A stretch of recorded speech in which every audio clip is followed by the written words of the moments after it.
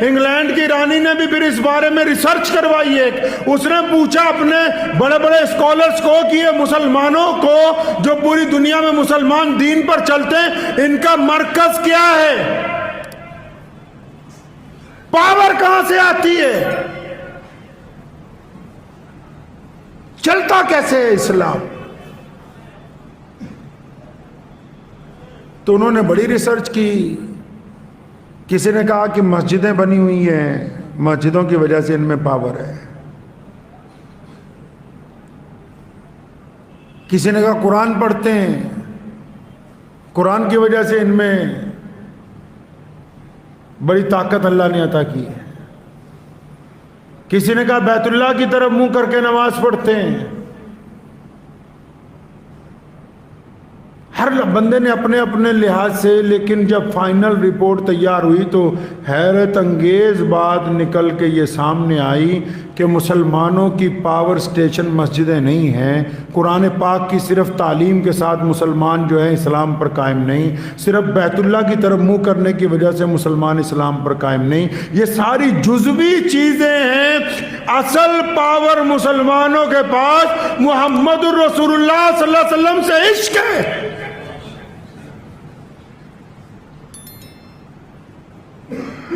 کہا نا کسی نے نماز اچھی, روزہ اچھا, حج اچھا, زکوٰۃ اچھی, مگر میں باوجود اس کے مسلمان ہو نہیں سکتا نہ جب تک کٹ مروں میں خواجہ بطحا کی حرمت پر خدا شاہد ہے کہ کامل میرا ایمان نہیں ہو سکتا.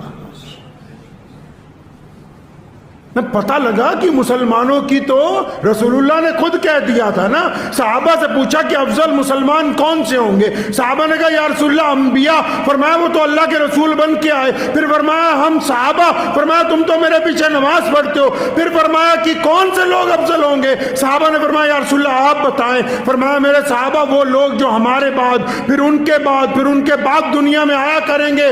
حدیث کا مفہوم بتاتا ہوں کہ جنہوں نے ابو بکر کو نہیں دیکھا ہوگا, عمر, عثمان اور علی مرتضیٰ کو نہیں دیکھا ہوگا, جنہوں نے خالد بن ولید کی شجاعت نہیں دیکھی ہوگی, ابو عبیدہ بن جراح کو نہیں دیکھا ہوگا, اور جنہوں نے خود محمد الرسول اللہ کو نہیں دیکھا ہوگا, لیکن ان کو رسول اللہ سے اتنا پیار ہوگا کہ رسول اللہ کی شان و عظمت کے لیے اپنی قربانی دے دیا کریں گے وہ لوگ. اب جب انگریزوں کو پتہ لگا کہ اچھا مسلمانوں کی پاور سٹیشن تو محمد الرسول اللہ ہے, تو دشمن کیونکہ ہٹتا نہیں ہے کبھی, تو اس نے پھر اور طریقہ نکالا. اس نے کہا کچھ ایسے بے ایمان لوگوں کو اکٹھا کرو جو نعوذ باللہ محمد الرسول اللہ کی جگہ نبوت کا اعلان کرتے ہیں. میں نے پہلے بات کہا نا کہ اور بھی تو نبی آئے دنیا میں, کسی کی نبوت کے متعلق بعد میں کسی نے کوئی اعلان نہیں کیا. محمد الرسول اللہ صلی اللہ علیہ وسلم کی نبوت کے خلاف ہی سازش کیوں ہے؟ مرزا غلام قادیانی جیسے مرتد پیدا ہوئے, انگریز کے پٹھو جنہوں نے اس ملک کے ساتھ غداری کی اور انگریز کی وفاداری کا دم بھرا. مقصد کیا تھا؟ مقصد یہ تھا کہ مسلمان نعوذ باللہ محمد الرسول اللہ صلی اللہ علیہ وسلم کا دامن چھوڑ دیں. اس بات کو بالکل ذہن نشین کر لیں. اگر دنیا میں کہیں گستاخی ہوتی ہے کوئی بہت بڑا کارنامہ نہیں ہے, ہر ایک بات پر ہمارے ایمان میں اضافہ ہوتا ہے. مسلمان اپنے نبی علیہ السلام کی ہو بہو اتباع کرتے ہیں. کیوں؟ کیونکہ ہماری رگوں میں جو خون چل رہا ہے اس خون کے اندر محمد رسول اللہ کی محبت زندہ ہے. ہم اس وقت تک مسلمان ہیں جب تک ہم اپنے ماں باپ سے زیادہ, بھائی بہنوں سے زیادہ, اپنی مال سے, اپنی اولاد سے زیادہ اللہ کے پیارے نبی حضرت محمد رسول اللہ صلی اللہ علیہ وسلم سے عشق نہیں کرتے, اس وقت تک ہم مسلمان نہیں ہوں گے. اگر مسلمان ہیں تو اس کا مطلب ماں باپ سے بڑھ کر رسول اللہ سے پیار ہے, ماں باپ سے بڑھ کر رسول اللہ سے عشق ہے, اولاد سے بڑھ کر رسول اللہ سے عشق ہے. اللہ کے نبی صلی اللہ علیہ وسلم سے جو عشق کیا جاتا ہے نا, اس کی دلائل نہیں ہوا کرتی. باقی چیزوں کی دلیلیں ہوتی ہیں، عشق رسول پاک صلی اللہ علیہ وسلم کی دلیلیں نہیں طے کی جاتی۔